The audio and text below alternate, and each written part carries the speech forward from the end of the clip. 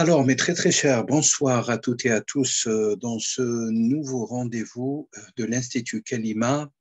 Ce soir, nous accueillons le professeur Raphaël Gély, professeur de philosophie, philosophe de formation et philosophe aussi de pensée depuis notre cher pays voisin de la France, à savoir la Belgique, pays européen. Nous accueillons le professeur ce soir et c'est un grand honneur pour nous de l'accueillir pour plusieurs raisons. J'avoue, quand j'ai fait l'annonce de votre accueil, professeur, et nous sommes très, très honorés de vous avoir ce soir avec nous pour nous parler d'un des sujets peut-être les plus rares concernant la phénoménologie et ses liens avec la spiritualité de manière générale, voire avec le soufisme de manière particulière. Et vous me pardonnerez ma petite voix ce soir, voilà, pour des raisons de mots de gorge, je ne pourrais élever plus haut la voix. Euh, je disais que quand j'ai lancé cette conférence parmi la programmation du cycle des conférences de l'Institut Kalima depuis la rentrée 2022-2023, j'ai eu énormément de messages d'encouragement et d'enthousiasme et également des messages particuliers à votre égard, professeur. Je vous l'avoue et je me permets de le dire en direct aussi. Beaucoup de personnes estiment que votre parole doit compter aussi dans la sphère scientifique et dans la sphère de la connaissance et dans la sphère aussi des connaissances autour de la spiritualité universelle, de l'islam en particulier, mais au-delà, vraiment au-delà. Donc, je tiens de prime abord à le préciser. Je vous remercie infiniment, professeur. Vous nous faites un grand honneur d'être avec nous ce soir et je suis ravi de vous accueillir. Ce soir, vous allez nous parler de ce grand sujet, le soufisme, la phénoménologie, peut-être même au-delà. Vous avez certainement préparé votre intervention. Je précise aux spectateurs, aux auditeurs et aux auditrices que le professeur aura 20 à 25 minutes pour pouvoir développer son intervention, sa conférence. Et puis après, on aura quarantaine de minutes, si le temps nous le permet, peut-être 45 minutes, pour pouvoir échanger avec le professeur, alors moi-même bien sûr, et le public. Euh, voilà. Donc, avant de vous donner aussi, cher Raphaël, la parole pour commencer, je me dois aussi d'annoncer un petit aperçu biographique pour les auditeurs et les auditrices. Professeur de philosophie à l'Université Saint-Louis de Bruxelles, fut aussi donc longue carrière de chercheur, qualifié honoraire au Fonds national de la recherche scientifique. Il a déjà eu la responsabilité aussi d'enseigner à l'Institut supérieur de philosophie de l'Université catholique de Louvain. Il est aussi l'auteur de plusieurs ouvrages vers lesquels je renvoie notre public, les membres de l'Institut Kalima et tous les auditeurs et les auditrices qui sont présents ce soir avec nous. Une date assez lointaine, 2001, La jeunesse du sentir, chez les éditions, si je ne me trompe pas, Oussia, Les usages de la perception, réflexion Merleau-Pontienne, Paris-Louvain, Vrain-Peters en 2005, Identité et monde commun, un ouvrage qui est très important à mes yeux, que j'ai pu moi-même un petit peu feuilleter. Alors bien sûr, il y a des ouvrages collectifs. Hein. Aussi, le professeur a participé aux côtés d'autres chercheurs et professeurs à rédiger des ouvrages collectifs, rôle, action sociale et vie subjective, affectivité imaginaire, création sociale, aussi publication des facultés universitaires de Saint-Louis, et sans être bien sûr exhaustive, vous me pardonnerez, professeur. Je vous invite à fermer votre son pour tous ceux qui ont le son ouvert. Voilà, pour ne pas déranger le déroulement de la conférence. Bien sûr aussi des articles ici et là et des travaux qui ne datent pas d'aujourd'hui. Professeur, peut-être un mot pour pouvoir amorcer cette conférence.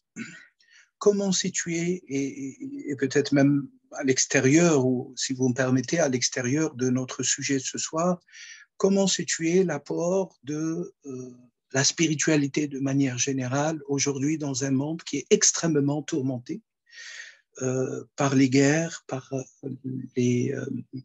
la pauvreté, par les conflits, parfois qui touchent même de plein fouet les familles, hein, les membres de la même famille.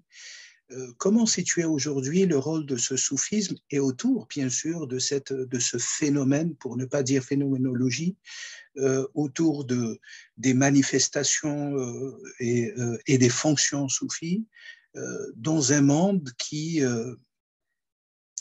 quelque part, est malade. À vous la parole. Marhaban bikum, Oustad. Merci du plus profond du cœur, cher Sidi Boumedienne.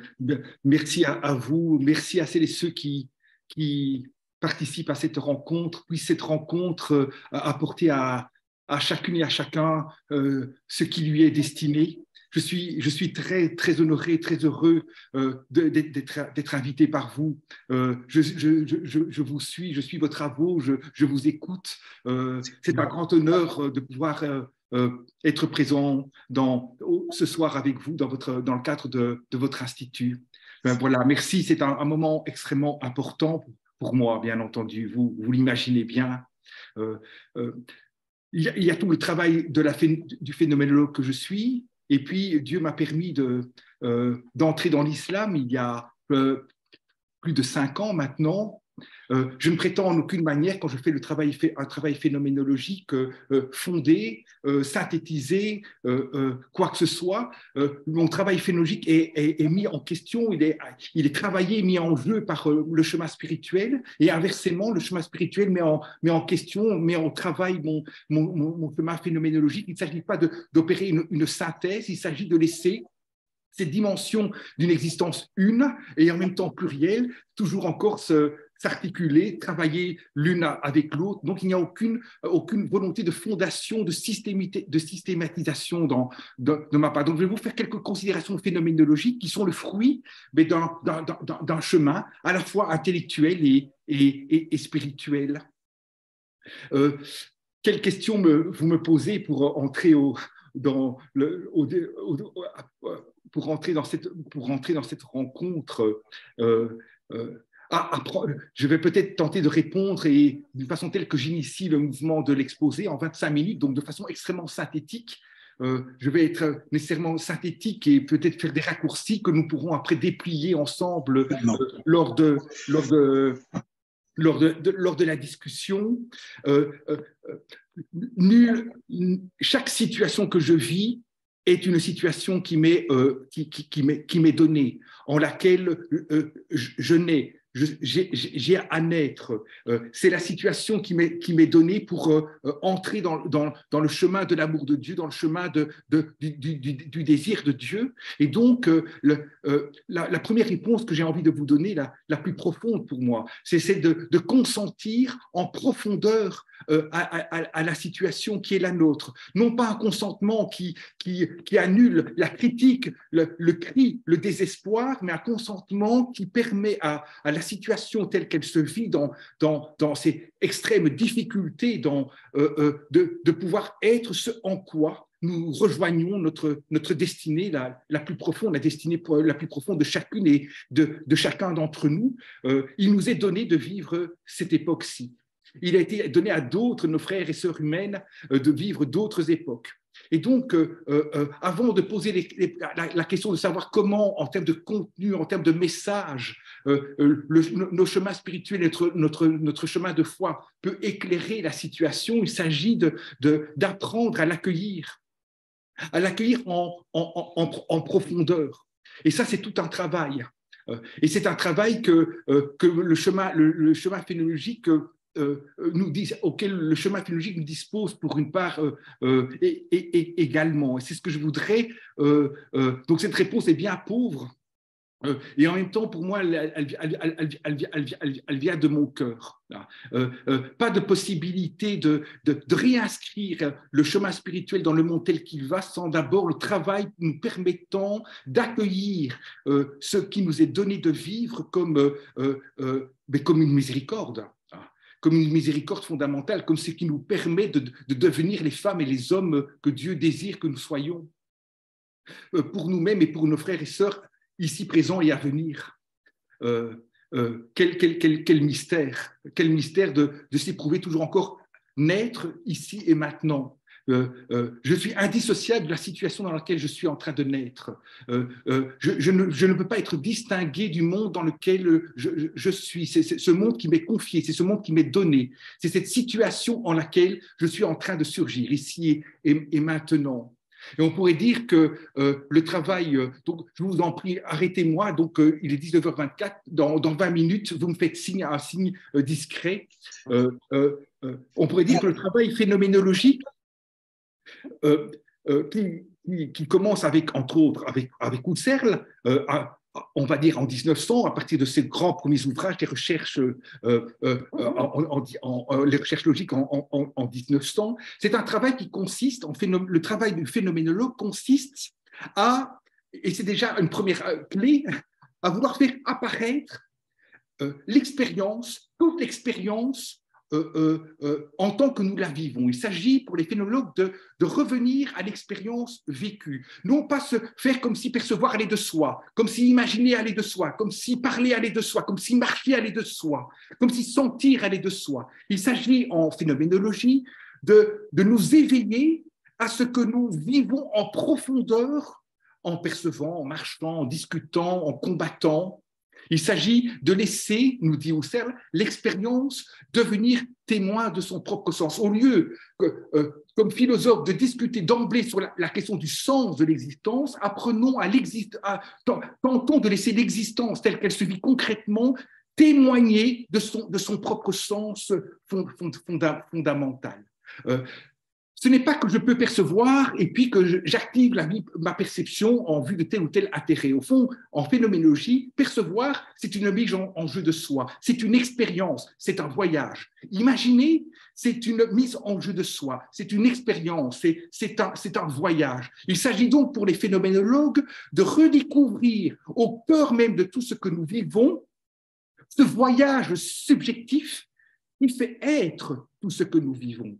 Donc, on fait encore un pas en plus ici. On ne dit pas simplement que je vis quelque chose en percevant ou je vis quelque chose en imaginant. On dit que percevoir, c'est vivre quelque chose, qu'il n'y a pas de perception sans un mouvement de vie subjective. Et nous cherchons en phénoménologie à nous éveiller à ces mouvements profonds qui se déploient au cœur même de tout ce que nous vivons. Et en ce sens, il y a un travail en phénoménologie de transformation du regard. Il ne s'agit pas seulement de regarder les choses hors de soi, il s'agit de porter son regard sur les opérations fondamentales, les mouvements fondamentaux qui structurent notre vie subjective. Et qu'est-ce qu'on découvre au bout du compte dans la diversité des phénoménologies? Car il n'y a de phénoménologie, en tout cas dans la perspective que je vous propose, qui peut être discutée, de phénoménologie que plurielle. Nécessairement, il y a plusieurs chemins. Entendez le mot chemin. Il y a plusieurs façons de revenir à la source vivante de l'expérience telle qu'elle se vit. Parce que, ultimement, l'expérience telle qu'elle se vit, elle est une énigme. Nous n'en aurons jamais fini de savoir et de vivre la vie perceptive, la vie imaginative. Nous n'en aurons jamais fini de savoir ce que c'est que parler, ce que c'est que toucher, caresser, prendre, marcher. Au cœur de la condition humaine, une énigme. Alors, cela nous conduit à dire ceci, qui est, me semble-t-il, une des tests clés, en tout cas dans la perspective que je vous développe. Tout cela, je le répète, est discutable. Une des tests clés de la phénoménologie, c'est que le sens, ce n'est pas ce qui vient réduire l'énigme, ce n'est pas ce qui vient mettre un terme au voyage. Le sens, c'est ce qui nous permet d'accueillir l'énigme. c'est la façon dont nous habitons l'énigme. Et au bout du compte, à jamais, il y a l'énigme. On entend déjà ici comment ce travail philologique entre en résonance, sans qu'il soit pour autant superposable, entre en résonance avec le chemin spirituel, qui n'est pas un chemin spirituel, qui n'est pas un chemin vers quelque chose qui pourrait clore le chemin, mais qui précisément lui permet d'être inépuisable. Lorsque je dis que dans telle activité, enfin, ma vie prend sens, ou que dans la rencontre de toi, ma vie prend sens, ce n'est pas du tout que, enfin, je sais qui je suis. C'est que dans la rencontre de toi, c'est que dans ce travail-là, dans cet engagement-là, je peux accueillir l'énigme que je suis, ce qu'il y a d'inépuisable en moi.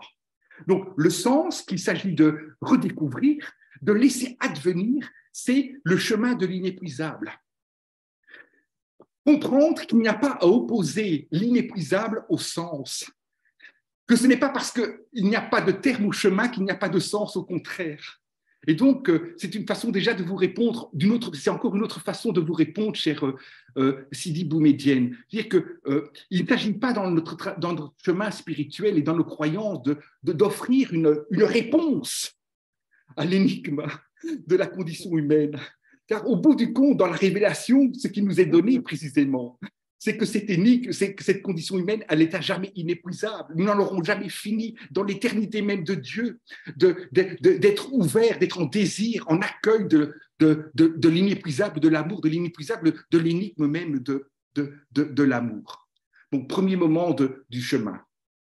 J'ouvre, est-ce que ça vous va, cette façon de faire? J'espère que cela va à celles et ceux qui me font la joie et l'honneur d'être présente. Merci encore. Bien sûr, absolument. Continuez, cher professeur. Donc, j'ouvre. Alors maintenant, si vous voulez, je travaille un peu par touche à la façon de Cézanne. On va travailler un peu par touche. J'ouvre un second moment. Prenons la perception. Et cette problématique de la perception, elle est centrale chez les phénoménologues parce qu'elle est cette expérience qui nous relie sensiblement à ce que Husserl appelle les choses elles-mêmes. Qu'est-ce que c'est que percevoir? Qu'est-ce que c'est que percevoir comme expérience de présence? Et ce contre quoi Husserl se bat encore, jusqu'au bout. C'est précisément qu'il se bat, pardonnez-moi, contre tous ces discours et ces pratiques qui enferme l'être humain dans sa tête. Regardez d'un point de vue objectif ce qu'il y a là dehors. Non, ce n'est pas une montagne. Non, ce n'est pas la couleur verte. Non, ce n'est pas cette odeur de fleurs d'oranger. Ce qu'il y a là, c'est une matière, ce sont des stimuli, comme si, au fond, cette montagne que je perçois, cette montagne n'avait d'existence que mentale, que dans la tête. C'est bien cela qui s'opère dans une certaine modernité, lorsqu'on réduit la nature à ses qualités purement, simplement matérielles. Y a-t-il encore des montagnes dans le monde? Y a-t-il encore des chants d'oiseaux dans le monde? Qu'est-ce que c'est que pour une montagne que d'apparaître? Si je prends le point de vue objectif, je veux dire que là dehors, il y a une matière qui me stimule via des ondes lumineuses et autres, tactiles ou autres sonores. Et puis je synthétise ces informations et je produis une représentation dans la tête de montagne que je vais juger selon différentes procédures plus ou moins adéquates à ce qui est là au dehors et qui, comme tel, n'apparaît pas. Or, le mode d'ordre de la phénoménologie, c'est que les choses apparaissent. C'est qu'il y a de la présence et de la vie dans le monde. La montagne, entendez, chez Husserl, elle apparaît. Hein. Elle n'est pas cette chose que je me représente dans ma tête. Il y a une rencontre. Et donc, il faut décrire la perception comme le déploiement d'une rencontre. Et pour ce faire, Husserl va définir, c'est sa grande affirmation, la conscience comme conscience intentionnelle. La conscience n'est que tournée vers les choses qui apparaissent. Il n'y a rien dans la conscience. Lorsque je vous perçois, je suis aussitôt auprès de vous. Certes, d'un point de vue objectif, ma perception, elle se passe ici, en termes de processus physiologiques. Mais quand j'interroge, je cherche à décrire la perception comme expérience vécue, ce qui m'est donné, c'est vous. C'est vous aussitôt qui m'apparaissez, alors je fais un pas en avant, qui m'apparaissez de cette façon-ci, de cette façon-là. Donc, nous percevons les choses, elles se donnent d'emblée. Ce n'est pas qu'il y a des apparences et puis la chose là derrière les apparences. La chose se donne tout entière en chacune de ces apparitions. Et donc, une des grandes thèses de la phénoménologie, au départ de la phénoménologie, mais qui va après être affinée, discutée, renouvelée, les philosophes ne cessent de revenir encore, parce que on tourne autour de l'énigme. La thèse fondamentale qui est découverte par Husserl, et il ne cessera pas de dire ça, c'est ma question, il revient encore, c'est que la chose se donne en chacune de ses apparitions, qu'il n'y a rien qui ne soit pas réel, qui n'implique pas une pluralité d'apparitions. Entendez, ce n'est pas qu'en chaque apparition, on va dire encore en chaque point de vue, j'ai un petit bout de la montagne. Non, la montagne se donne tout entière à moi en ce point de vue. Mais c'est précisément parce qu'elle se donne à moi tout entière en ce point de vue qu'elle se donne tout entière à moi dans cet autre point de vue, ou à l'autre dans cet autre point de vue encore. Je ne suis pas enfermé dans ma tête, je suis en prise avec la montagne, mais je ne peux accueillir dans mon chemin à moi, dans mon point de vue à moi, la montagne, que parce que je suis en même temps décentré par les autres points de vue.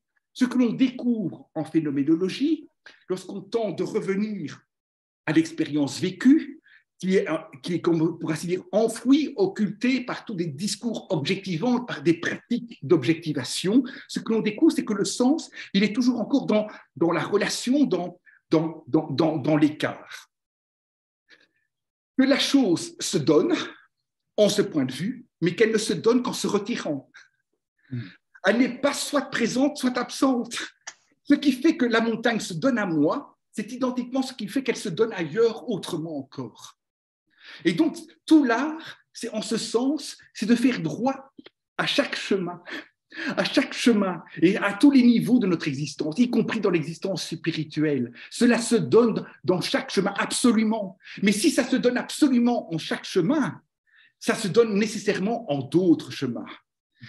Je ne peux entrer dans la singularité de mon chemin qu'en le mettant en partage, en le laissant entrer en résonance avec d'autres chemins. Deuxième moment de notre chemin, de notre réflexion. J'ouvre un troisième moment. Si vous voulez, pour faire une sorte aussi, j'ai voulu faire plusieurs choses en préparant cette rencontre, et donc pour faire une sorte de mini-histoire, si vous voulez, de la phénoménologie, pour vous faire entendre les débats. Et arrive Martin Heidegger, qui fut l'assistant de Husserl, qui se démarque à un moment donné de Husserl dans un ouvrage fameux qui s'intitule « Être étant ». Vous voyez, chez Husserl, la question est avant tout, mais il s'agit avant tout de s'éveiller à l'extraordinaire diversité, à l'extraordinaire inépuisabilité des choses du monde. C'est-à-dire que rien n'est réel qui ne soit pas toujours encore traversé par d'autres points de vue possibles. Il y a toujours encore la réouverture des points de vue, nécessairement. Ça ne peut s'unifier qu'en se diversifiant. Oui, mais est-ce suffisant ? Et Martin Heidegger met en évidence ceci, c'est qu'au plus profond de la vie perceptive, pour continuer à garder le fil de la vie perceptive ici, au plus profond de la vie perceptive, il n'y a pas seulement l'éveil à l'extraordinaire diversité de ce qui apparaît. Il y a aussi une question relative je ne vous vois plus, chère comédienne, une question relative à l'énigme de ce que c'est que être, comme si au plus profond, est-ce que vous m'entendez bien toujours ? Oui, parfaitement. Comme si au plus profond de l'expérience perceptive, la question n'était pas seulement un éveil à la diversité de ce qui apparaît, mais une question sur qu'est-ce donc que être ? Qu'est-ce donc que être ? Et pour Heidegger, être, c'est une énigme. Et en ce sens, lorsque je me tiens en présence de la montagne de façon authentique, mais on ne l'est jamais ultimement authentique, on est toujours encore en chemin. Donc, une montagne qui n'est pas simplement une montagne que l'on perçoit, que l'on instrumentalise, une montagne que l'on accueille dans son événement d'être. Je suis alors mis en question. La montagne m'interroge. Elle me pose la question, mais comment toi te tiens-tu dans l'être ? À ce moment-là, la question n'est pas seulement qu'est-ce que je vais faire avec la montagne, qu'est-ce que je vais construire comme chemin dans la montagne, c'est comment est-ce que je vais accueillir l'énigme de l'être ici et maintenant, là où je suis. Et chez Heidegger, l'affirmation fondamentale, c'est que être, c'est à jamais une énigme. Et que je ne peux véritablement exister qu'en accueillant au cœur même de mon existence concrète l'énigme de être. Vous allez me dire, oui, mais donc alors tu n'es jamais pris dans un chemin ou dans un autre ? non la merveille. Si vous voulez, la merveille du chemin phénoménologique qui entre en résonance, me semble-t-il, avec le chemin spirituel sans qu'il y ait confusion, c'est que précisément, c'est ça un chemin. Un chemin, c'est la façon dont tu viens accueillir et permettre à une énigme de prendre chair, de s'incarner. Dans la perspective de Heidegger, c'est toujours encore en faisant l'épreuve de l'imminence de la mort que tu peux t'éveiller à ce qui, de ta mort à toi, que nul ne peut vivre à ta place, que nul ne pourra vivre à ta place, que tu peux t'éveiller là où tu es, au cœur de tes projets, à l'urgence de la question être. Ici, nous sommes en train de poursuivre un projet d'une conférence, d'un institut, mais à tout moment, Dieu nous appelle à lui. Si je devais le redire maintenant d'une autre façon, sur un autre plan. Et donc, la question, c'est comment ici sommes-nous? Comment nous tenons-nous dans l'énigme de être? En fait, le travail philologique consiste à inscrire ces problématiques-là, entendez-moi, au cœur de toutes les dimensions de notre existence. Ce n'est pas que nous percevons, marchons, imaginons, et puis que nous posons par ailleurs ces questions dans notre tête. Non, nous existons, dit Heidegger. Ces questions, c'est notre être même. J'ouvre maintenant une troisième génération de phénoménologues. Il y en a parmi tant d'autres, mais qui m'importe particulièrement. C'est celle de Michel Henry. Et Michel Henry, lui, il va dire ceci. Il nous faut décrire en phénoménologie le mystère de la présence des choses. Husserl et Heidegger, ils ont, dit Michel Henry, tendance à aussitôt se préoccuper des choses, comme si la vie subjective était toujours déjà encore orientée, portée vers le mystère des choses. Bien sûr, il y a bien chez Heidegger l'idée d'en revenir à soi, mais à partir de son être déporté vers les choses. Chez Henry, il y a davantage l'idée qu'on ne peut pas sortir de soi. Bien sûr qu'on est dans le monde, bien sûr qu'on agit, bien sûr qu'on fait l'épreuve de la finitude, mais en même temps, je vis, je m'éprouve vivre. Je ne peux pas ne pas vivre ce que je vis, et j'éprouve la brûlure de la vie en moi. Et j'ai à consentir à cette brûlure de la vie en moi. Et la vie, en ce sens, est cet incessant amour et cette incessante brûlure de soi qui me permet qui me demande de consentir en toute chose à elle. Vivre chaque situation comme une naissance de la vie. Ce serait encore une autre façon de répondre à votre question. Si vous voulez, c'est terrible lorsque face aux défis climatiques, on se pose la question, mais comment donc allons-nous survivre? Comment allons-nous faire pour résister? Mais c'est ici que la vie commence. Moi, je fais l'épreuve avec mes merveilleux étudiants. Comment pouvons-nous donner un discours d'espérance si ce discours est un discours de survie? Il va bien falloir consentir à ce que, ici et maintenant, la vie est en train de naître. C'est ici et maintenant qu'elle a à s'inventer. Et cela conduit Henry à la thèse suivante, c'est qu'au fond, une montagne, une fleur, le chant de cet oiseau, au fond, tout cela, c'est d'abord et fondamentalement des épreuves de vie. Bien sûr que ces rochers, je les accueille comme ceux d'une montagne.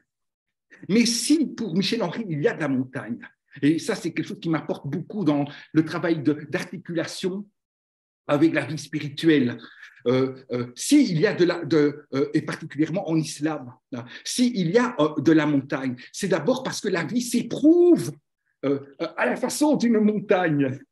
Percevoir la montagne, c'est accueillir en ces rochers d'Aix-en-Provence une montagne qui se donne à vivre de cette façon-là. Mais si vous m'entendez, au fond, les montagnes sont bien au-delà, en ce sens, des montagnes que l'on peut percevoir sur la terre d'ici-bas. Dire que ce que c'est qu'une montagne, ce n'est pas simplement être ces masses terreuses de la terre d'ici-bas. Au fond, une montagne, c'est une façon pour la vie de s'éprouver. C'est une façon pour la vie de se célébrer.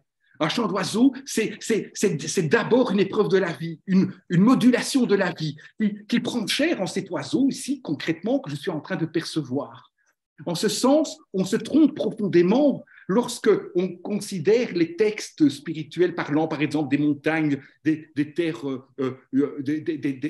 d'en haut, comme des montagnes relevant du semblant, de l'illusion, de l'apparence. On cligne de l'œil, on dit oui, mais ce sont des façons de dire. Non, ce ne sont pas des façons de dire. Il y a des montagnes qui excèdent, qui dans leur réalité même excèdent les montagnes qu'on perçoit seulement sur la terre d'ici-bas. C'est très important aussi dans le rapport, par exemple, aux jeunes enfants. Quand tu as peur du loup dans l'armoire, on pourrait te dire, mais enfin, il n'y a pas de loup dans l'armoire.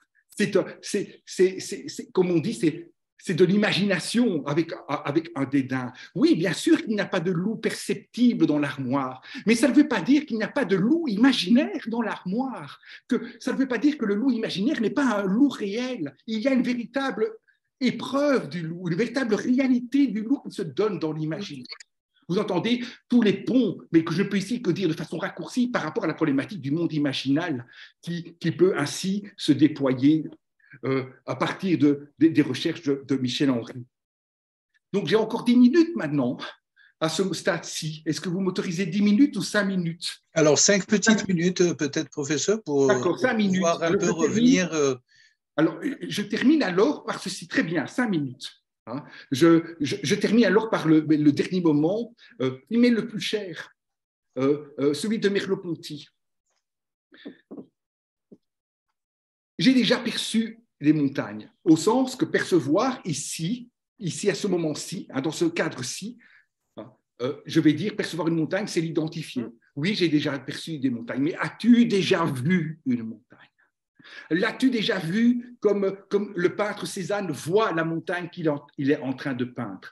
Qu'est-ce que la différence entre percevoir une montagne et voir la montagne? Percevoir la montagne, c'est la percevoir comme une montagne toute possible, une montagne que je peux distinguer d'un bateau, d'un oiseau, une montagne enfermée dans sa toute possibilité, dans sa petite part à elle de visibilité. Par contre, lorsque Cézanne se met à voir la montagne Sainte-Victoire, et en fait, il permet sa peinture consiste à donner à voir et pas seulement à percevoir, et n'est pas seulement à imaginer, si par imaginer vous entendez se tenir dans l'ordre du semblant. Lorsque Cézanne voit la montagne Sainte-Victoire, qu'est-ce qui se passe? Eh bien, il fait l'épreuve d'une montagne qui est traversée par des souffles invisibles. Non, la montagne, ce n'est pas ce qui est un peu monte, un peu ce qui descend, un peu ce qui s'étend. Elle est tout entière en train de monter, tout entière en train de s'étendre, tout entière en train de s'enfoncer. Comme dans une œuvre musicale. Je suis en train d'entendre l'œuvre tout entière à partir des clarinettes, tout entière à partir des violoncelles, tout entière à partir des violons. Mais comment cela est-il possible? Tout à coup, la montagne est traversée par un excès de visibilité. Elle est traversée par une impossibilité. M'entendez-vous, une impossibilité? Une montagne qui se donnerait absolument à partir de chacun de ces aspects, c'est une montagne impossible. Eh bien, cette impossibilité, lorsqu'elle est accueillie par Cézanne, ajustée, elle prend chair et la montagne apparaît au sens le plus fort du terme. Et l'on peut dire, dans la perspective de Merleau-Ponty, qu'il n'y a de montagne réelle en ce sens que comme une montagne impossible, comme une montagne dont tu endures l'excès de visibilité, ce qu'il y a en elle d'impossible.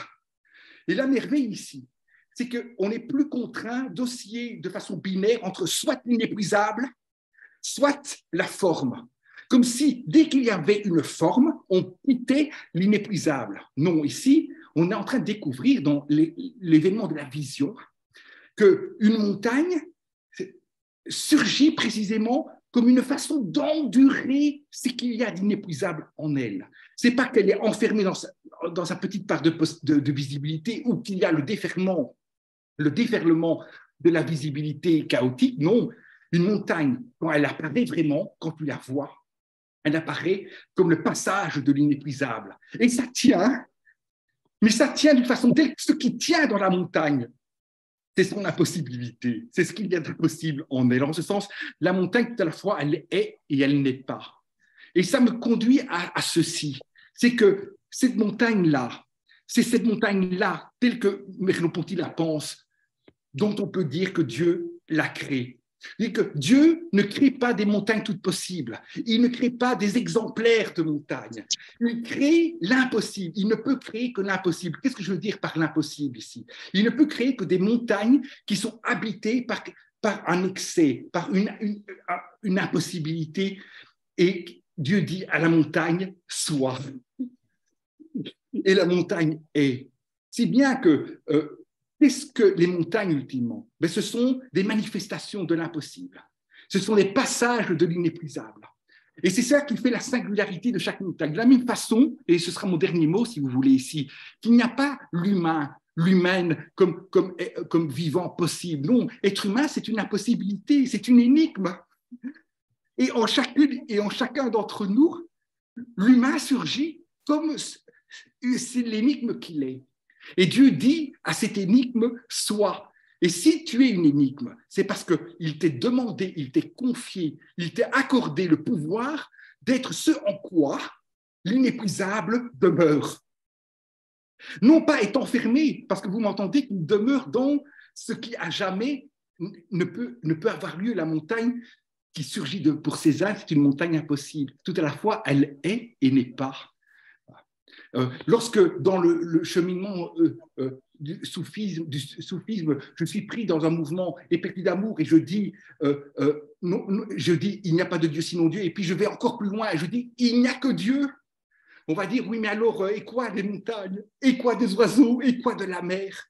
Mais entends qu'une montagne, c'est une impossibilité, c'est une énigme, et qu'elle ne surgit que dans cette parole d'amour qui lui dit, sois cette impossibilité.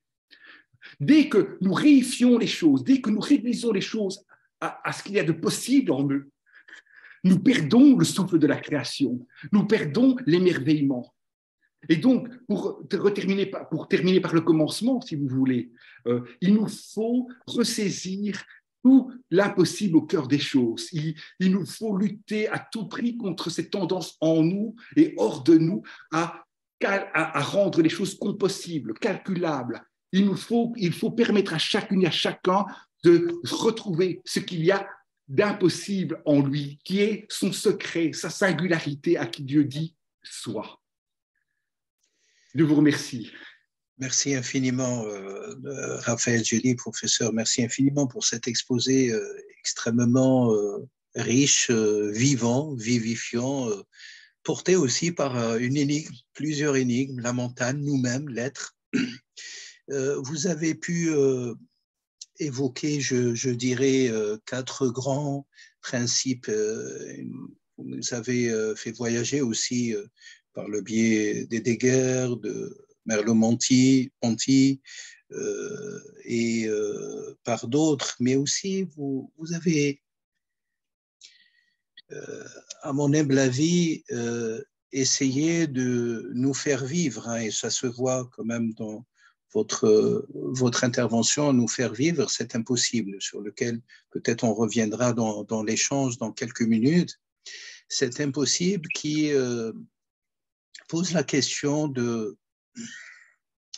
la finitude et l'infinitude de l'être humain en tant que soi qui se prend pour quelqu'un alors que le un n'est que lui, il est le seul un, hein, et qui remet en cause aussi toute cette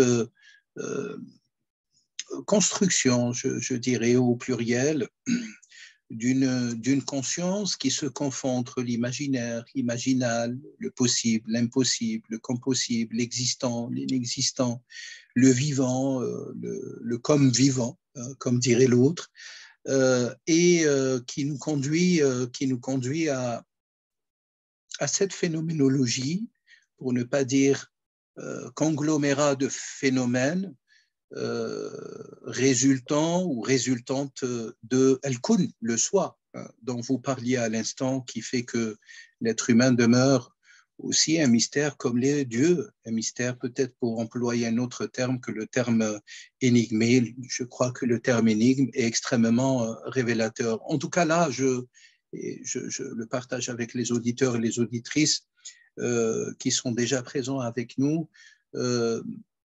Beaucoup de questions se posent. Je crois que la conférence pourrait durer 3 heures ou 4 heures et non pas une petite heure, parce que vous suscitez par cette approche de phénoménologue des questions purement, profondément, intensément, épistémologiquement existentielles. et peut-être même au-delà, méta-existentiel. Et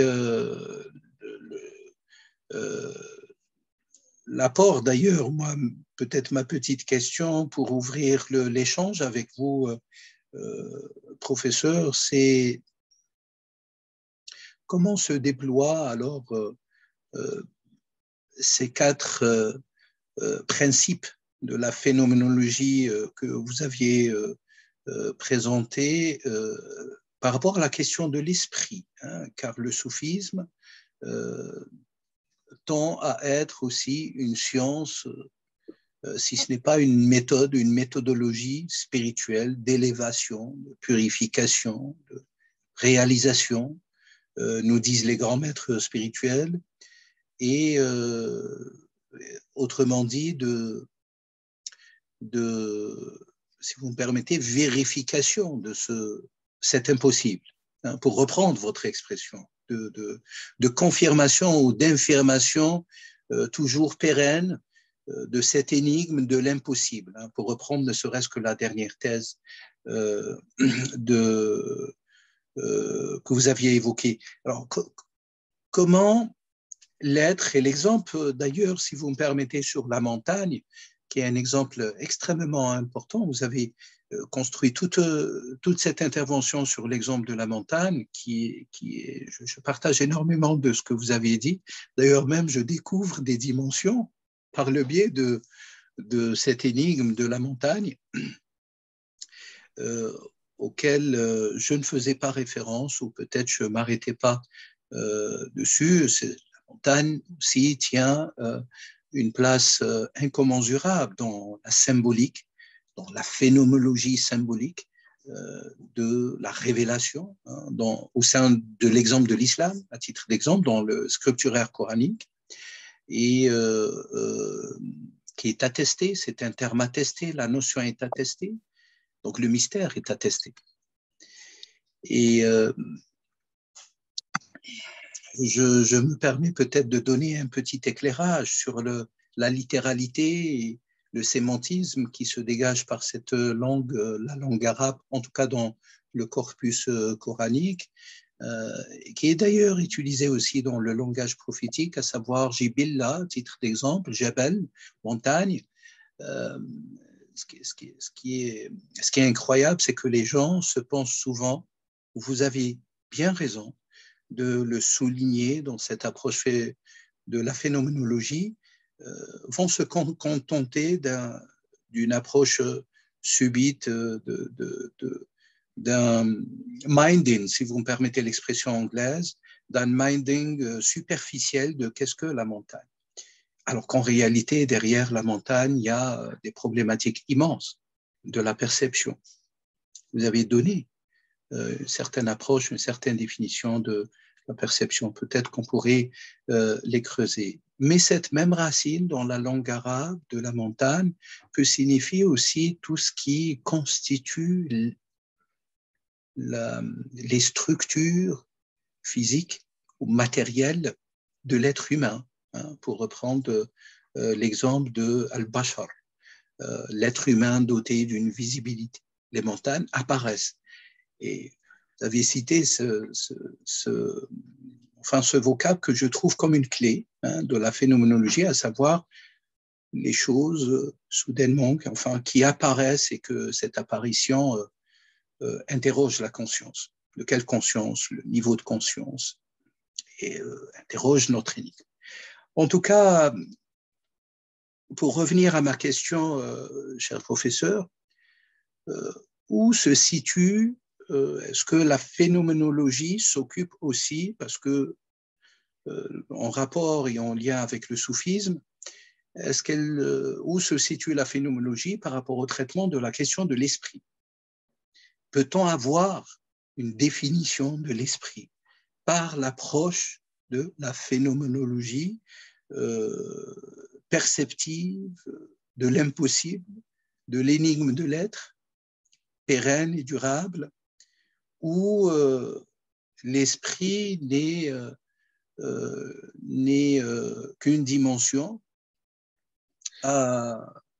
à aller conquérir ou à se préparer à recevoir comme possibilité ou comme résultante de ce kun, le soi divin. Merci. Quelle question? Je ne vous vois plus là. Alors nous, on voilà, vous voit. voilà, merci, Voilà. merci. Parce que j'ai besoin d'être soutenu par votre, par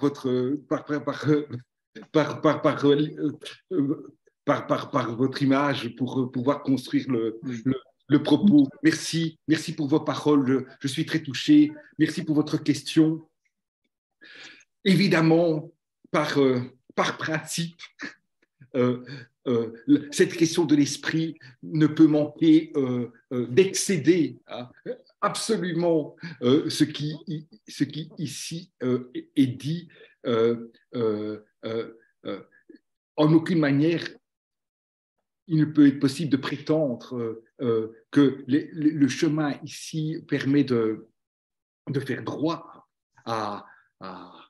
à ce qui de l'esprit est donné dans la révélation, à ce qui de l'esprit est donné dans des expériences spirituelles auxquelles moi-même je n'ai pas accès, auxquelles d'autres ont eu accès.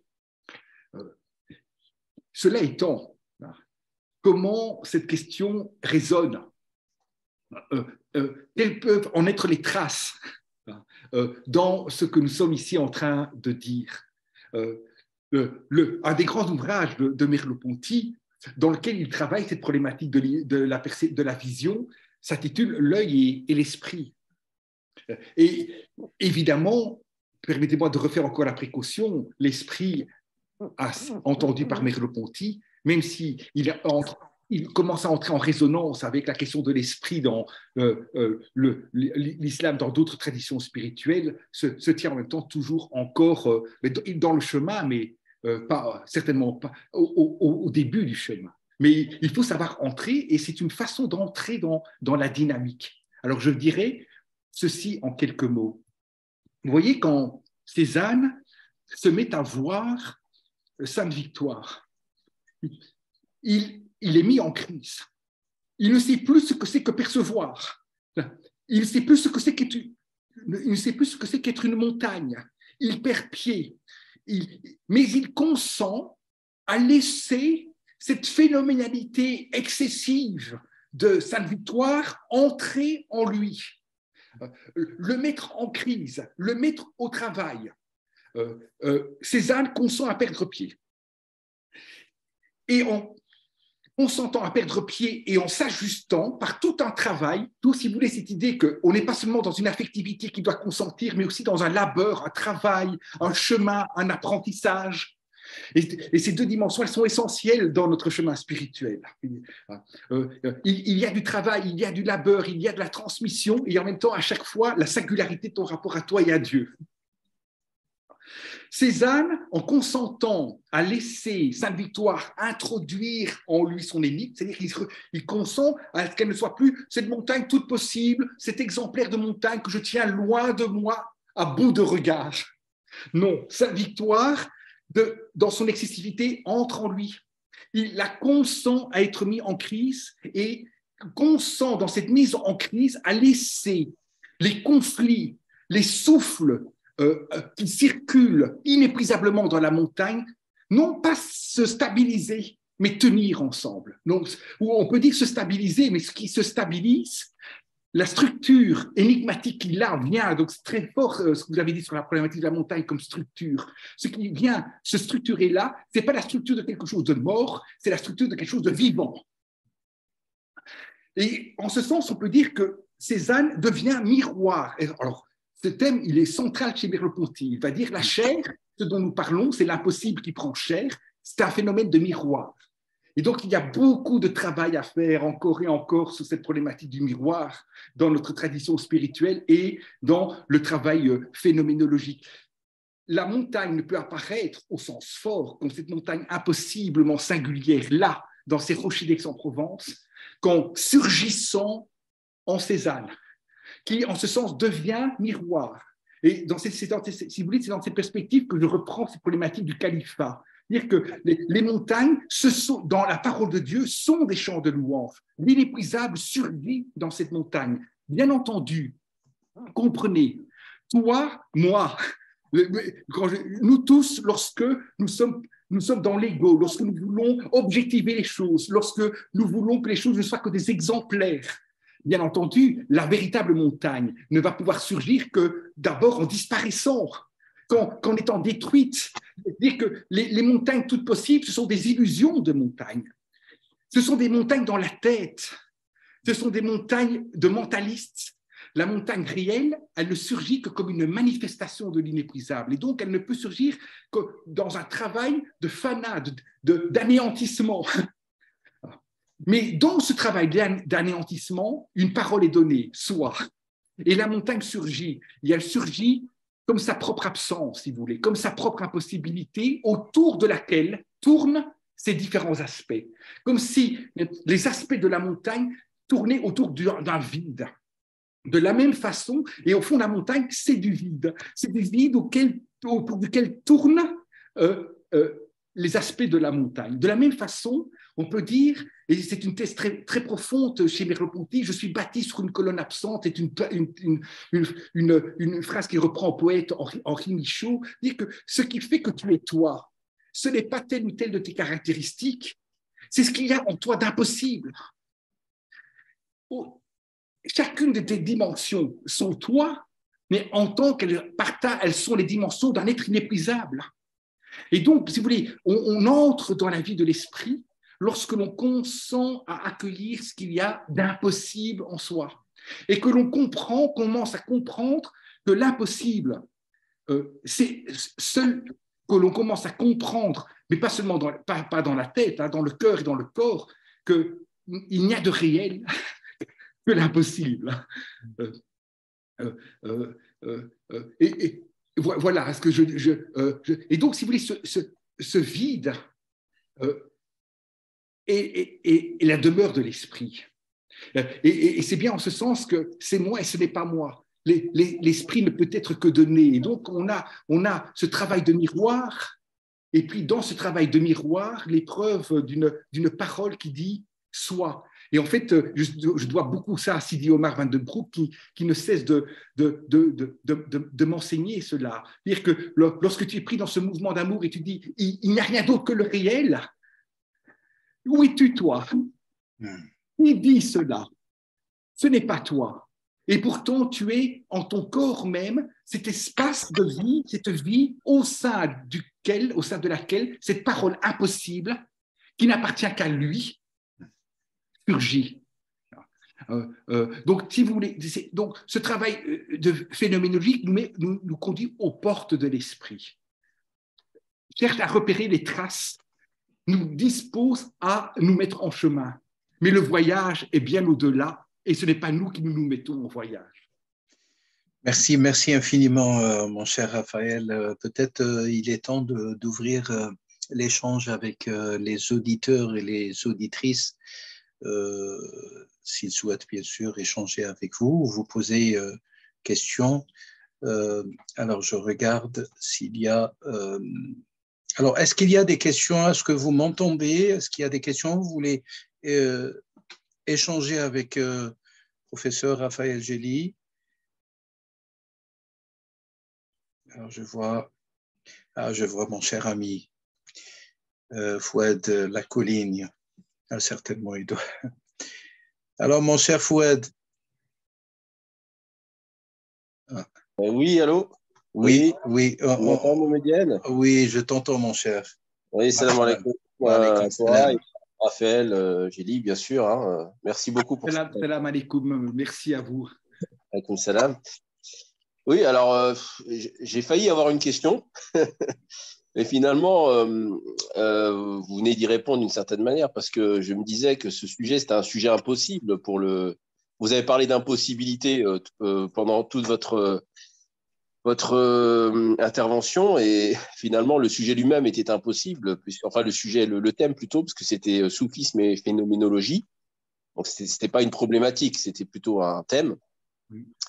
Et ça a impliqué finalement de connaître ce qu'était le soufisme J'allais dire, par rapport à notre public, de connaître ce qu'était la phénoménologie, ce qui était encore sans doute plus difficile, avant même d'envisager de connaître quel lien pouvait-il y avoir entre les deux, puisque soufisme et phénoménologie, voilà, c'était cette question, y a-t-il un lien ou pas? Et finalement, la question que j'aurais pu vous poser, mais bon, qui à mon avis ne se pose plus, c'était de se dire justement comment une approche, la phénoménologie rentrant tout de même, s'inscrivant tout de même dans une tradition philosophique européenne, hein, vous avez parlé du Husserl, Heidegger par la suite, même si ça devient de l'ontologie, de la métaphysique et de l'ontologie, Merleau-Ponty, voilà, donc il y a toute une tradition de penseurs européens.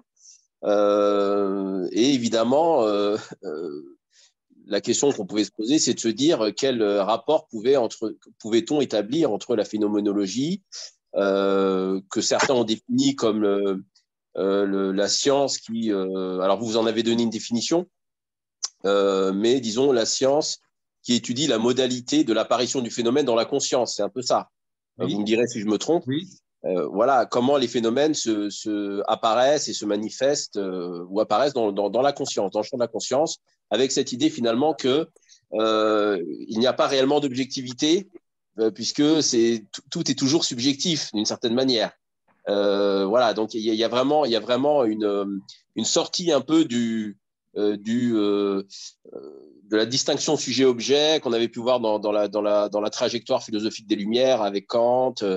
Voilà. Et donc, la question que j'aurais pu vous poser, c'est quel lien on peut établir entre le soufisme, qui reste une tradition spirituelle qui s'est quand même nettement démarquée de la pensée spéculative. Voilà, je ne vais pas refaire l'histoire, hein, mais qui parfois a exprimé une forme de disqualification de la pensée en exprimant que l'expérience spirituelle transcendait les limites de la pensée spéculative. Et donc, comment établir un lien entre le soufisme et la phénoménologie qui, malgré les nouvelles perspectives qu'elle pouvait apporter à la pensée, à la philosophie européenne, s'inscrivait tout de même dans un héritage philosophique. Voilà. Mais d'une certaine manière, vous y avez répondu en disant que la phénoménologie nous ramène sur des traces et sur le début finalement d'un cheminement qui débuterait réellement dans le soufisme. Je ne sais pas si je me trompe. Voilà, je vous donne la parole. Merci beaucoup. Merci de tout cœur. Quelle question, quelle intervention. Je ne suis pas certain de pouvoir faire honneur à toute la profondeur de votre réflexion. Mais je ne vois plus personne là, ici. Oui. Alors, voilà, merci beaucoup. Merci beaucoup. Comment pourrais-je répondre en 2 minutes, hein, si j'entends bien, pour respecter le rythme de… votre définition de la philologie, elle est tout à fait profonde, elle est tout à fait juste, c'est bien celle de Husserl. Elle se déploie, après bien entendu selon d'autres modalités. On a bien entendu, et c'est une vraie question, accusé les phénoménologues de subjectivisme. Évidemment, dans ma perspective, la phénoménologie ne suffit pas, on doit ouvrir encore d'autres modalités de pensée, mais ce qui m'importe, c'est qu'est-ce que ça me permet, où est-ce que je vais là, hein, donc qu'est-ce que je peux recevoir comme enseignement dans ce chemin. Par principe, il ne peut pas être le seul, hein, et donc par principe, moi-même, je me refuse. Vous voyez, c'est presque aussi mon temps, c'est presque aussi mon propre chemin de vie, si vous voulez. Quand il y a des sartriens qui s'opposent aux merleau-pontiens, moi je ne comprends pas. Je veux dire, bien sûr, Sartre ne pouvait pas manquer de s'opposer à Merleau-Ponty, mais moi ce qui m'intéresse, c'est de laisser ces chemins entrer en résonance, si vous voulez, comme les deux modalités d'une fugue de Bach, pour laisser un espace de résonance surgir et ouvrir encore un autre chemin, non pas de syncrétisme, mais donc toujours encore en tension. Donc, premier moment. Deuxième moment, donc oui, on est bien toujours encore en train de partir de l'expérience vécue, de la subjectivité avec toutes les limites de ce passage-là, mais ça permet en même temps, de ce point de départ-là, mais ça permet en même temps de réinterroger d'une toute autre façon ce qu'on peut entendre par objectivité. Et donc, je ne serais pas tout à fait d'accord avec vous en disant qu'en phénoménologie, on dissout les choses dans l'éparpillement des subjectivités. Ce n'est pas ça que vous disiez, hein. Je l'entends bien, mais j'ai besoin de durcir un peu le propos. Oui, non, c'est-à-dire de dire que finalement, on ne peut connaître le monde objectif que par la perception subjective. Et Oui. on pourrait même dire, en allant plus loin, que finalement, l'objectivité au sens, l'objet ne sait pas qu'il est un objet. Oui. C'est le sujet qui définit Oui. l'objet comme un objet. Donc il y a toujours une primauté du sujet. Oui. Le sujet transcende toujours l'objet et le définit comme objet. Donc c'est presque une catégorie du sujet. Et il perçoit l'objet dans sa subjectivité. C'est-à-dire il ne peut pas saisir la chose en soi, comme on disait, pouvait dire Kant, autrement que par sa subjectivité. Si je ne me trompe pas, vous me corrigerez si je me trompe encore. Hein. Oui, oui, mais donc si vous voulez, oui, j'entends bien. Donc vous pouvez très bien prendre comme chemin, comme option, cette option consistant à dire que, au fond, il n'y a que des apparences et que ces apparences ne nous conduisent pas à la chose en soi. Donc vous pouvez prendre ce chemin-là. Très bien, mais il reste, si vous voulez, que lorsque je suis en train ici de percevoir mon ordinateur ou de percevoir telle autre personne, de percevoir le chat, le chat, je ne peux pas manquer, dans la perspective philologique, de dire « il m'apparaît ».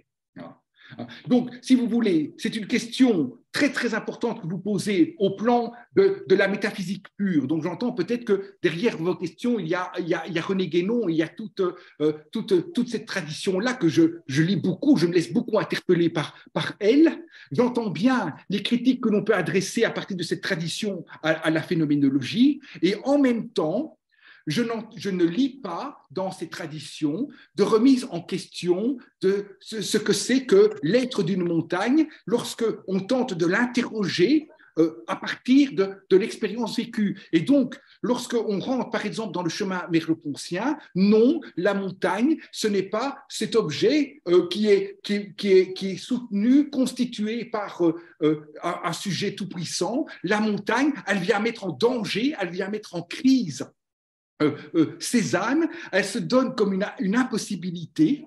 Alors, et donc cela, je peux le découvrir en tentant de me reconnecter à l'expérience subjective, qui, bien entendu, pour une part, est une limite, et en même temps qui est ma vie. Et donc, il nous faut perpétuellement, me semble-t-il, en tout cas, c'est comme ça que j'essaie de faire, passer d'un plan à l'autre. Donc, je peux aller dans votre sens et rentrer dans des considérations de métaphysique pure, mais je ne peux pas lâcher, en tout cas pour moi, le chemin de la phénoménologie qui me permet, au bout du compte, de mettre en évidence un présupposé qui n'est peut-être pas suffisamment questionné par toute doctrine qui laisse entendre que la perception d'une montagne, allez, ça va de soi. Non, ça ne va pas de soi. Et ce qu'on découvre en rentrant au plus profond de la subjectivité de l'expérience de la montagne, c'est l'impossible. Et qu'est l'être même de la montagne. Et ça ouvre en tout cas dans mon propre chemin, si vous voulez, ça me permet de redécouvrir, mais sans nullement réduire la merveille de la création à ce qui ici est dit, ça me permet de comprendre, c'est une autre façon de revenir à votre deuxième question, soufisme et tradition orientale et phénoménologie, ça me permet de découvrir la merveille de la théorie, de la doctrine, c'est peut-être pas le bon mot, pardonnez-moi, je commence à fatiguer, la merveille des affirmations dans notre chemin de foi, de la création comme manifestation. Dire que ce que Dieu crée, c'est de la manifestation. Ce n'est pas des choses qui possèdent même de façon dérivée leur être propre. Non, la montagne n'est qu'à partir de ce qui en elle ne peut pas être, est en crise. Et ce chemin-là, en ce sens, me permet d'interroger d'une toute autre façon ce que c'est que la réalité même des choses, et de comprendre que ce qui fait la réalité d'une montagne, d'un cours d'eau, d'une situation sociale, c'est ce qu'il y a en elle d'impossible. C'est ce qui en elle est une manifestation de l'inépuisable. En ce sens, il n'y a que Dieu, et c'est parce qu'il n'y a que Dieu qu'il y a la montagne, qu'il y a les oiseaux, qu'il y a notre rencontre ici. Si vous voulez, je ne peux pas faire le tour de ce que je dis ici, mais le chemin nous conduit là. Voilà, je ne sais pas si je réponds à la question. En tout cas, il est évident qu'on ne peut en aucune manière trancher, et je ne prétends pas pouvoir trancher. Mais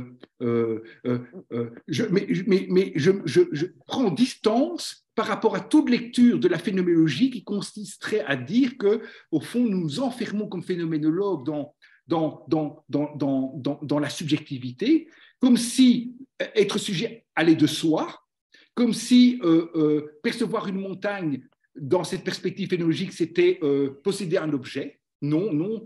Au bout du coup, la tradition phénoménologique, en allant au bout d'elle-même, saisit autre chose, est saisie par autre chose, mais dont elle ne possède pas la clé. Je l'entends bien.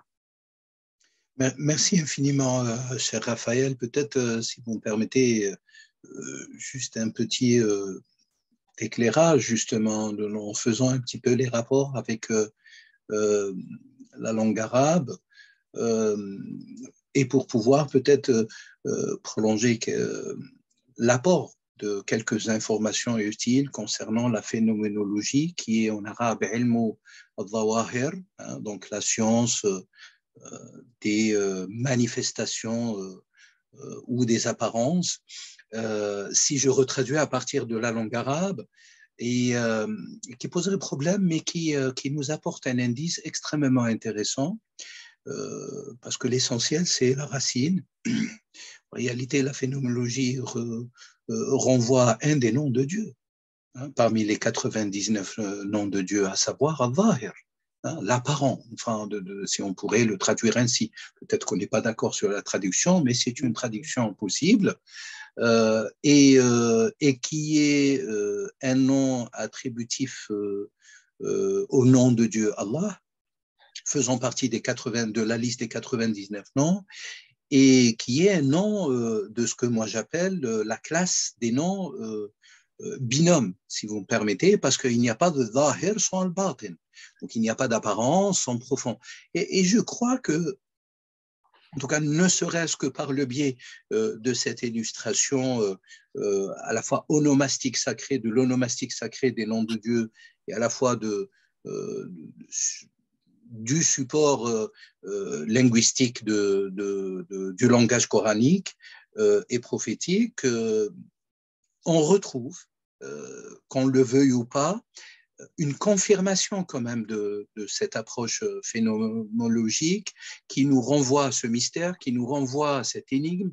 L'énigme pourrait être régie par le nom de Dieu al-Batin, et puis l'instantané, la médiateté ou l'immédiateté ou la soudaineté de l'apparence pourrait être régie, gouvernée par le nom al-Zahir. Donc, on retrouve les deux principes, je crois, de cette approche, de ce cheminement de la phénoménologie.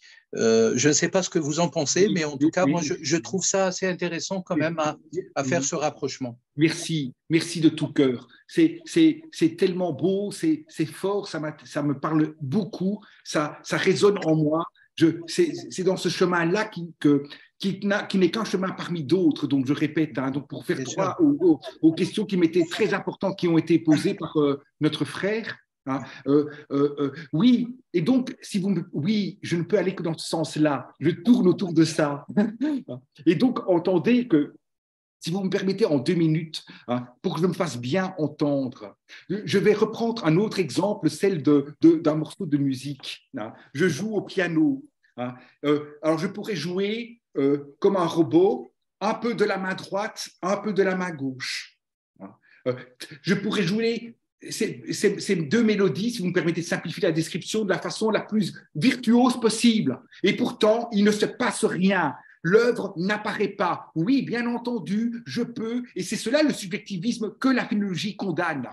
Je peux très bien dans ma tête dire oui, cela est un impromptu de Schubert. Oui, mais est-ce que l'impromptu de Schubert apparaît?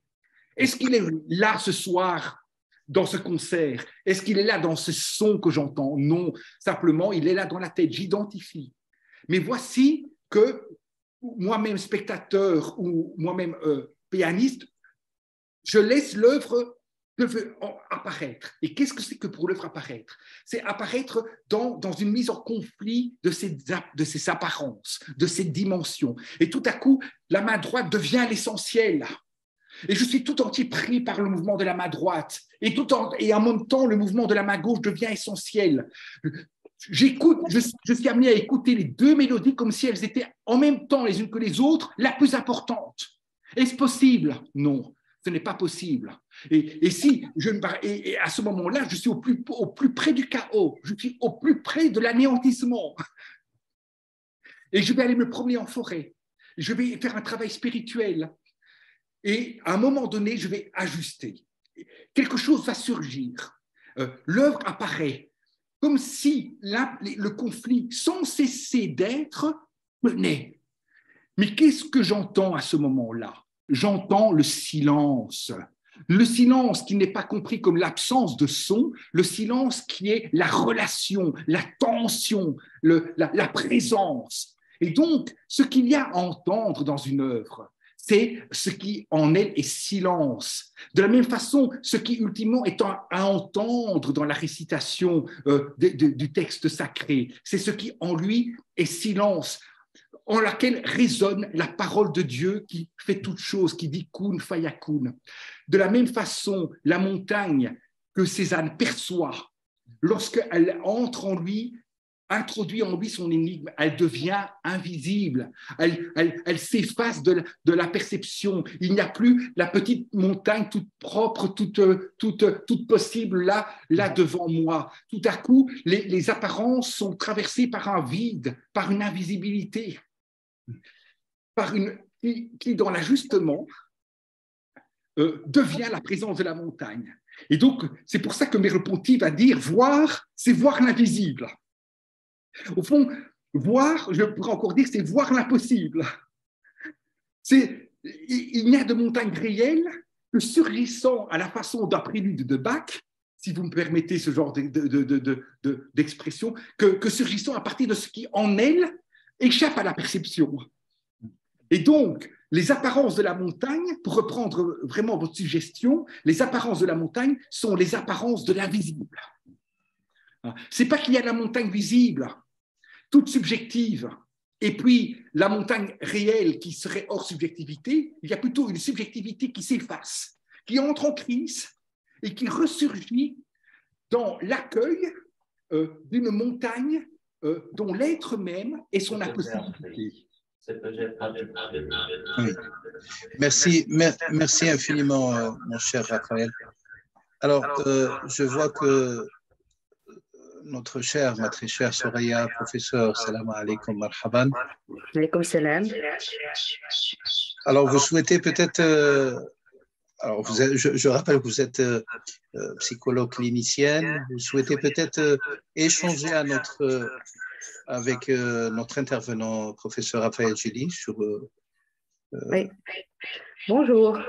Bonjour, monsieur Gély. Bonjour. Merci de votre conférence.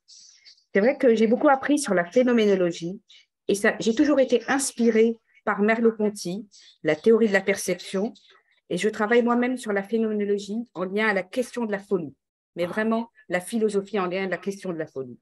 Les phénoménologues, comme Eugène Minkowski, que vous devez connaître, qui a écrit Le temps vécu et qui a eu vraiment une grande importance dans l'histoire de la folie, dans la compréhension, la métaphysique, des enjeux de l'imagination, a montré la question de l'expérience et dans une profondeur où c'était l'écoute du sujet, la question de la subjectivité, qui a été développée par Husserl aussi. Et dans mon expérience du soufisme, où il y a cette question de l'expérience qui est extrêmement importante, où c'est vraiment le sujet dans sa relation mystique à la question religieuse et spirituelle, je trouve qu'il y a un pont évident entre l'expérience phénoménologique et l'expérience soufie. Et dans ce développement que vous avez dit un peu sur l'expérience soufie, je crois qu'on aurait vraiment à apprendre de ces deux cultures, en fait, de ces deux domaines qui ont une profondeur relationnelle beaucoup plus importante que ce qui nous apparaît, là, effectivement, dans le domaine de l'apparence et du manifesté, et dans cette profondeur qui est en lien, effectivement, à cette voie, comment aller en haut de la montagne, quand on y est déjà, peut-être pour certains, dans la question de la phénoménologie, mais aussi du soufisme. Je voulais tracer ces liens entre l'un et l'autre, en fait, qui existent déjà. Nous ne faisons que les redécouvrir ensemble. Je voulais souligner ça. Merci. Merci infiniment. Merci de tout cœur. Soraya, merci infiniment. Oui, à vous la parole, cher Raphaël. Merci de tout cœur, madame, chère sœur, pour votre intervention. Je suis très touché, bien entendu, par ce que vous dites, et je ne peux manquer de partager votre interrogation. Que pourrais-je dire en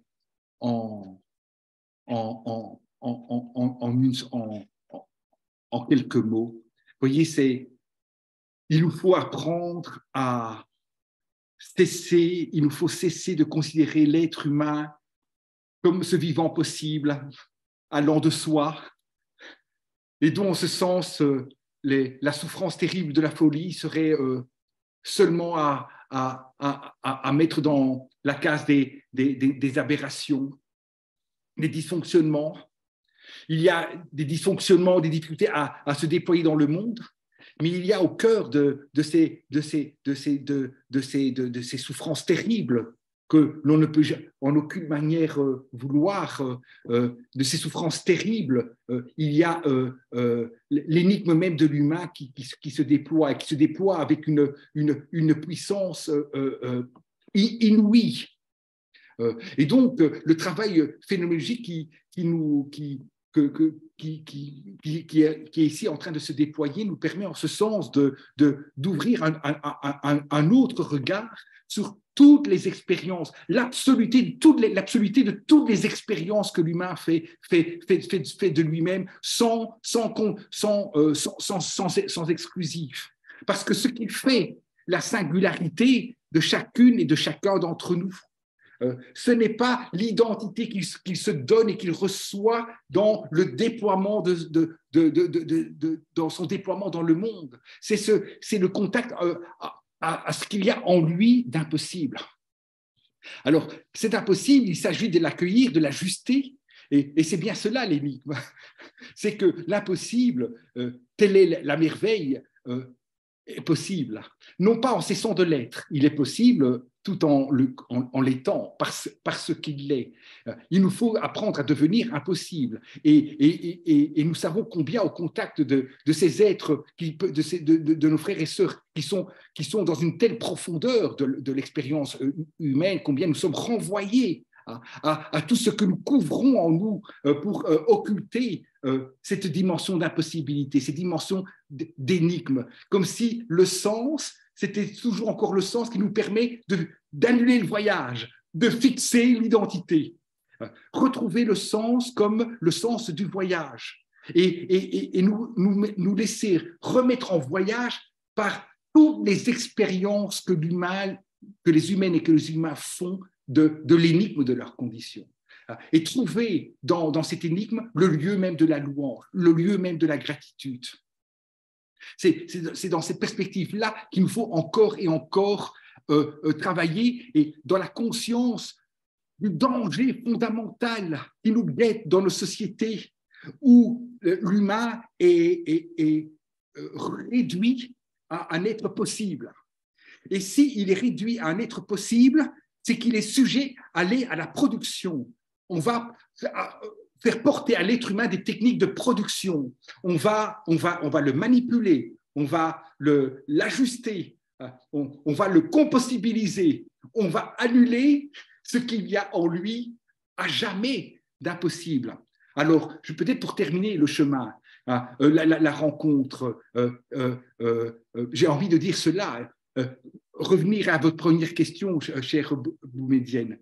Les religions, en ce sens, ne sont pas là pour, et ne peuvent être là pour fixer les identités, fixer le chemin. Ce sont des opérateurs inouïs de l'inépuisable et de l'impossible en nous. Il ne s'agit pas de s'engager dans le chemin de la foi parce qu'on a trouvé la réponse, mais parce qu'on est pris par ce feu qui ne veut pas d'autre réponse que lui, mais lui comme l'inépuisable, lui comme l'imprenable, tout compatissant, tout présent dans son inépuisabilité et sa toute transcendance. Donc, le chemin spirituel comme un chemin de l'inépuisable, non pas un chemin pour trouver la signification, si vous me permettez de faire la distinction entre sens et signification, mais un chemin pour habiter le sens. Et les voies et les pratiques qui sont les nôtres ne peuvent, en ce sens, ne peuvent être habités que comme des chemins au sein duquel l'énigme est accueillie. Et moi, personnellement, mon chemin dans l'islam, mais on ne peut jamais mettre de mots parce que c'est à Dieu seul qu'appartient le mystère. C'est un chemin qui a été aussi nourri par la merveille de personnes rencontrées, hein, mais nourri par cette dimension de l'émerveillement, de la gratitude face à l'inépuisable. Le sens comme le chemin de l'inépuisable. Alors, et ce qui est important de bien saisir dans la perspective que l'on développe ici, et je crois que je ne dis pas que c'est fondé chez Husserl, hein, je dis simplement qu'on trouve des résonances, hein, des correspondances dans la phénologie, c'est que si tu es engagé dans ce chemin-ci n'est véritablement signifiant, vivant, que parce qu'il est un chemin au sein duquel l'inépuisable surgit. Donc, ne vivons pas nos points de vue comme des points de vue qui enferment. Et donc, en ce sens, gardons-nous dans notre chemin. Laissons-le entrer en tension avec d'autres chemins, mais soyons dans la foi, l'espérance que notre chemin, loin de clôturer le mouvement, est un chemin qui rend le mouvement inépuisable, qui permet au mouvement de surgir à jamais comme mouvement inépuisable. Au fond, c'est comme ça que je me laisse interpeller par la problématique du voyage chez Ibn Arabi. Je ne vous entends pas, vous, chère Boumedienne. Excusez-moi, pardonnez-moi, je vous remercie pour cette réponse et qui est pleine d'énergie et qui nous touche parce que, en tout cas, à titre personnel, moi, ça me parle énormément et ça résonne en moi par rapport à mon cheminement. J'en doute pas un instant de celui de ma très chère Soraya. Je voyais un message qui était écrit, enfin, dans le volet des messages par notre sœur Yousra Derklaoui aussi, qui vous remercie pour toute cette énergie qui met les mots sur des choses extrêmement subtiles et difficiles. Voilà, je reconstitue, je transmets par fidélité. Merci de tout voilà. cœur. Alors, je vois mon cher Foued qui souhaitait prendre la parole et après, il est parti. Alors, je ne sais pas s'il est encore là. Oui. Non, mais c'est par pudeur. Par pudeur, j'ai baissé la main, je l'ai levé vite fait. Et pour que tu la vois, et je l'ai baissé aussitôt. Tu vois, rien ne m'échappe. Voilà, tu vois, pour que la main apparaisse, puisqu'on est dans la phénoménologie, absolument, et ensuite qu'elle disparaisse. Voilà. Alors, mon cher. Alors, c'est là encore une question, j'allais dire une question impossible, mais là, par rapport au laps de temps qui est imparti dans cette intervention, et pas forcément pour la réponse, mais cette question de l'impossibilité que Raphaël n'a cessé de déclamer dans son intervention, donc comme une notion centrale, essentielle. Alors moi, j'aurais aimé la comprendre davantage, voilà, parce qu'elle a surgi au cœur d'un développement qui était assez riche, à la fois poétique, à la fois phénoménologique, à la fois ontologique. Et voilà, je pense que ça mériterait d'être, alors peut-être pas ce soir, je ne sais pas, mais une prochaine fois, abordé, approfondi et questionné, voilà, parce que voilà, c'est quelque chose qui n'est pas forcément évident, qui relève pas, qui ne va pas forcément de soi. Et en ce sens-là, voilà, une clarification de cette notion serait la bienvenue, et voilà, soit d'ailleurs ça pourrait aller vers une convergence totale, hein, ou pour un questionnement, voilà, sur autre chose. Merci. Est-ce que je peux encore dire merci? Je suis très touché par vos interventions. Je me permets peut-être encore Boumedienne, de prendre la parole 2 minutes pour faire écho à ce qui vient d'être dit. Allez-y. Oui. Je vais peut-être. Il y a les noms de Dieu de la beauté, il y a les noms de Dieu de la majesté. Alors tu vas dire, alors, un peu beauté, un peu majesté, on compose, on fait un compromis, on dit un peu l'un, un peu l'autre. Non, absolument l'un, absolument l'autre. Cela n'est pas possible. Que ce n'est pas possible de tenir par nous-mêmes ces 2 dimensions en tant qu'absolu. Et on peut alors commencer à rentrer dans des jeux de un peu. Alors que si nous nous laissons toucher, si vous voulez, par ces souffles des noms, ils ne vont pas se donner à nous comme des... Ils ne vont pas nous conforter, ils vont nous mettre en mouvement. Je redis encore d'une autre façon, si vous voulez, c'est une autre façon de revenir vers votre question, monsieur, cher frère. C'est lorsque je lis le Coran, dire que on reproche souvent, et ça je le tiens de mon cher ami Grégory Van Damme, mais que je n'engage pas par mes propos, bien entendu.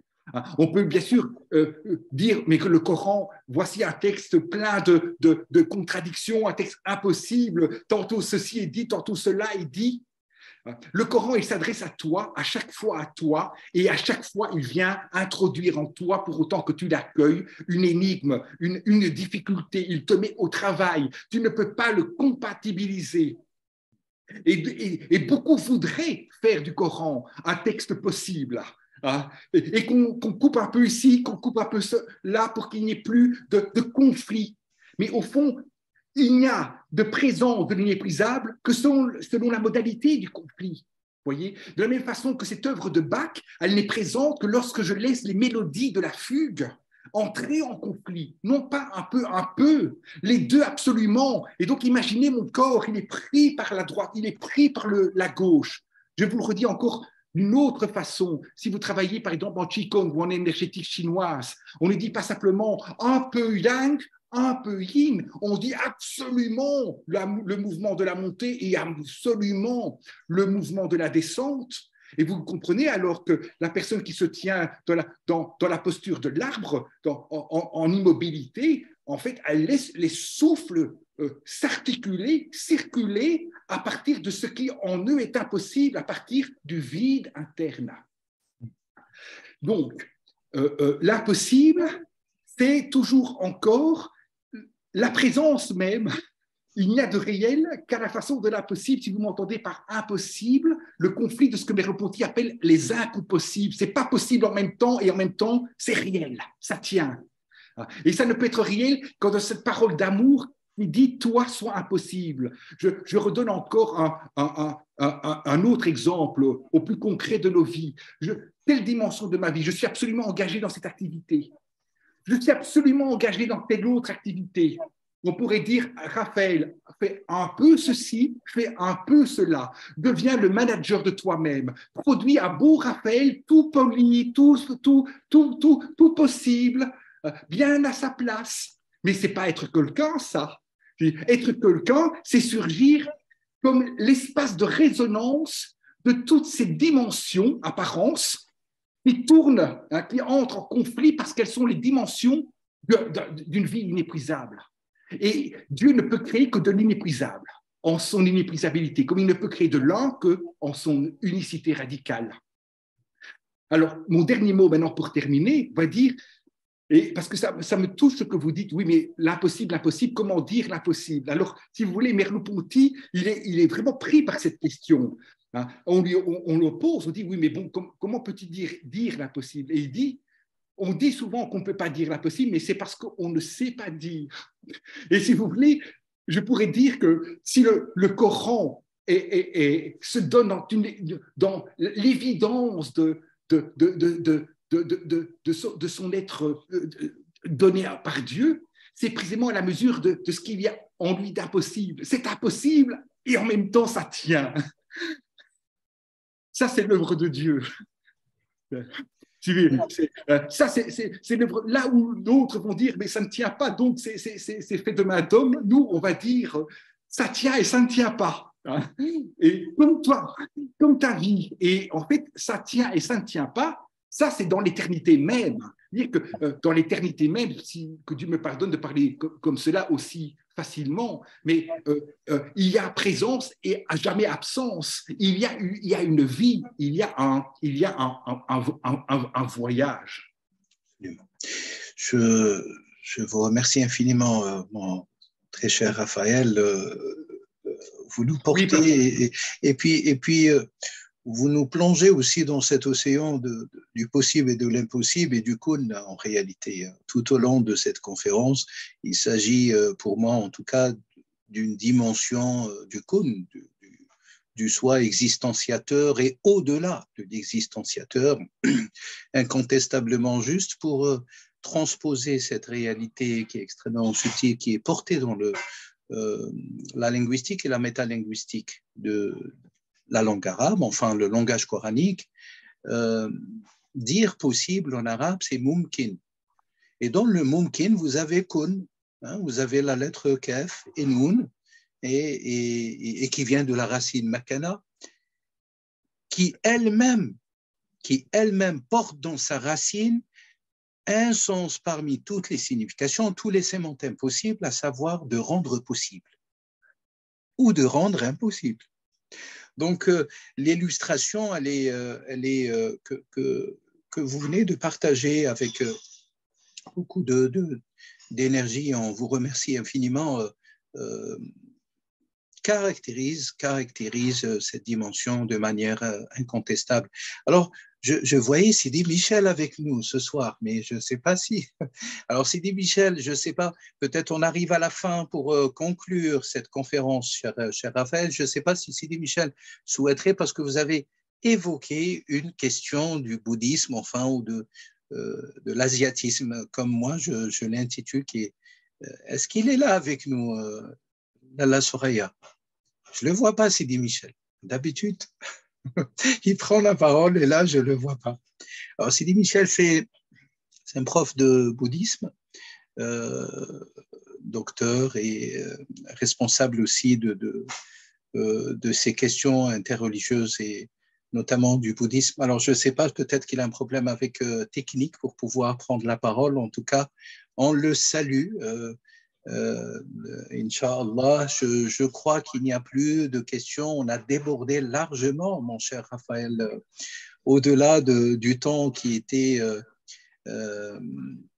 attribué à cette conférence, mais je crois que c'est à l'image du possible, l'impossible, et de la valeur intrinsèque et profonde de notre sujet ce soir, et de la responsabilité aussi, mon cher Raphaël, de l'être humain devant les défis existentiels permanents de cette vie, qui sont à la fois vivifiants, mais qui sont à la fois parfois mortifères. Et peut-être que la mort aussi, c'est une vie, qu'on le veuille ou pas.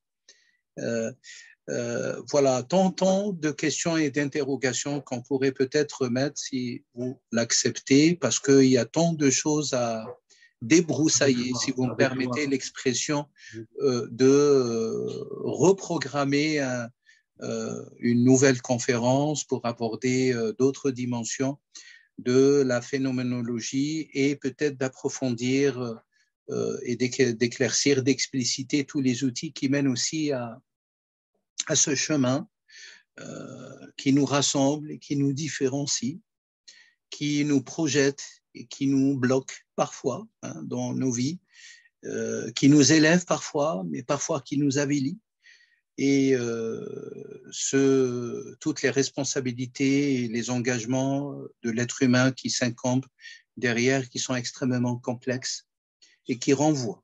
Et si vous le permettez, mon cher Raphaël, et à tous les auditeurs et les auditrices, de finir par un signe coranique de la parole de Dieu, où vous avez pratiquement le troisième signe de la deuxième sourate, الذين ألف لام ميم ذلك الكتاب لا ريب فيه هدى للمتقين الذين يؤمنون بالغيب. La première qualité obligatoire, essentielle de cette catégorie qui sont qualifiés par Dieu, al-muttaqin, enfin les véritables pieux, les enracinés pieux, les essentiels pieux. On pourrait proposer plusieurs traductions, mais là n'est pas le débat ce soir, doivent d'abord cocher ce premier critère essentiel, à savoir yu'minuna bil ghaib, qui doivent sceller foi dans le mystère. Et avec toutes les ramifications de l'énigme, de l'impossible, de l'au-delà, de l'imaginal, etc. Toutes les choses qui nous dépassent, qui sont au-delà et qui sont, qu'on pourrait les inclure sous le préfixe méta, au sens bien sûr positif et non pas au sens qui est utilisé aujourd'hui par les uns et les autres, malheureusement, aux antipodes d'un usage véritable au profit de l'être humain, de la nature et au profit de toutes les chosités que Dieu a existenciées et qui sont, vous avez raison, cher Raphaël, qui sont des sens à la fois de départ et à la fois des sens d'une véritable vie éternelle, régie par le mystère. Ne serait-ce que ce chemin, c'est le mystère. Louange à Dieu infiniment, mon cher Raphaël, je vous remercie infiniment, infiniment, infiniment d'avoir accepté d'abord de participer au sein du programme des cycles de conférences de l'Institut Kelima. Ce fut et c'est un honneur immense pour nous de vous avoir avec nous, véritablement. Et puis, je vous remercie au nom de tous les membres de l'Institut Kelima, au nom aussi de tous les auditeurs et les auditrices, de tous mes confrères et mes consoeurs, professeurs, chercheurs et personnes tout simplement dans un chemin de l'absolu, pour le dire ainsi, pour cette intervention extrêmement riche et qui pose un véritable débat autour de l'interrogation du sens, de la conscience et de tous les critères et les principes dont vous nous aviez fait ce soir un bénéfice et un profit immense. Je prie Dieu qu'il vous le réciproque par une récompense infinie. Et bien sûr, je rappelle, avant de vous donner peut-être un dernier mot, que notre prochaine conférence, ça sera la semaine prochaine. D'ailleurs, vous êtes tous conviés à y assister. Ça sera avec professeur Éric Geoffroy, que certainement vous connaissez. Donc, ça sera le 10, autour de l'actualité du soufisme. Et là où il va nous parler un petit peu de la cartographie, voire de l'état actuel du soufisme en France et en Europe. Qu'apporte le soufisme réellement face aux défis de l'actualité, aux défis de nos sociétés, de nos individualités. Je sais, cher Raphaël, que vous avez beaucoup de choses à dire aussi sur ce principe de l'individualité et de la phénoménologie de l'individuel. Voilà, je vous remercie infiniment. Cher Raphaël, peut-être un petit mot pour... que dire, voilà. Si vous m'aidiez de tout cœur, merci. Du plus profond du cœur, merci à vous. Merci à toutes celles et ceux qui ont participé à cette rencontre. Merci pour les questions, les interventions, pour le climat que nous avons pu ressentir malgré le climat de présence oui. Que j'ai pu ressentir. Nous avons pu ressentir malgré le dispositif à distance. Je suis profondément touché. Je suis mis en mouvement. Je suis dans la gratitude. Et que Dieu bénisse ce que vous réalisez, vous et tous ceux qui vous accompagnent. C'est tellement important, c'est essentiel. Dieu soit loué pour tout cela. Merci infiniment. Merci, merci infiniment. C'est nous qui vous remercions. Quel immense honneur de vous avoir avec nous ce soir, de vous avoir gardé quand même pratiquement 2 heures. Pardonnez-nous, on a dédoublé. C'est l'énergie divine et sacrée qui nous a emmenés à rester 2 heures ensemble. Ces 2 heures se perpétueront, je ne doute pas. Je n'en doute pas un instant, de manière incommensurable dans l'éternité, Inch'Allah, tous ensemble, autour des élus de Dieu, des envoyés, autour de la lumière, Nour al-Muhammadi, hein, la lumière de Sayyiduna Muhammad, qui n'efface en rien la lumière de tous les envoyés de Dieu, bien sûr, incommensurablement. Merci infiniment, mes très, très chers. Mon cher Raphaël, excellente soirée. On vous dit donc... Excellente soirée à vous. Donc, rendez-vous, l'Institut Kalima, prochaine conférence internationale, enfin en France, avec notre cher professeur qui nous fera honneur, Éric Geoffroy. Et puis, d'ici là, paix intégrale à toute l'humanité.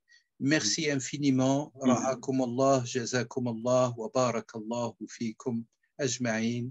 Et à très bientôt. À très bientôt. Merci.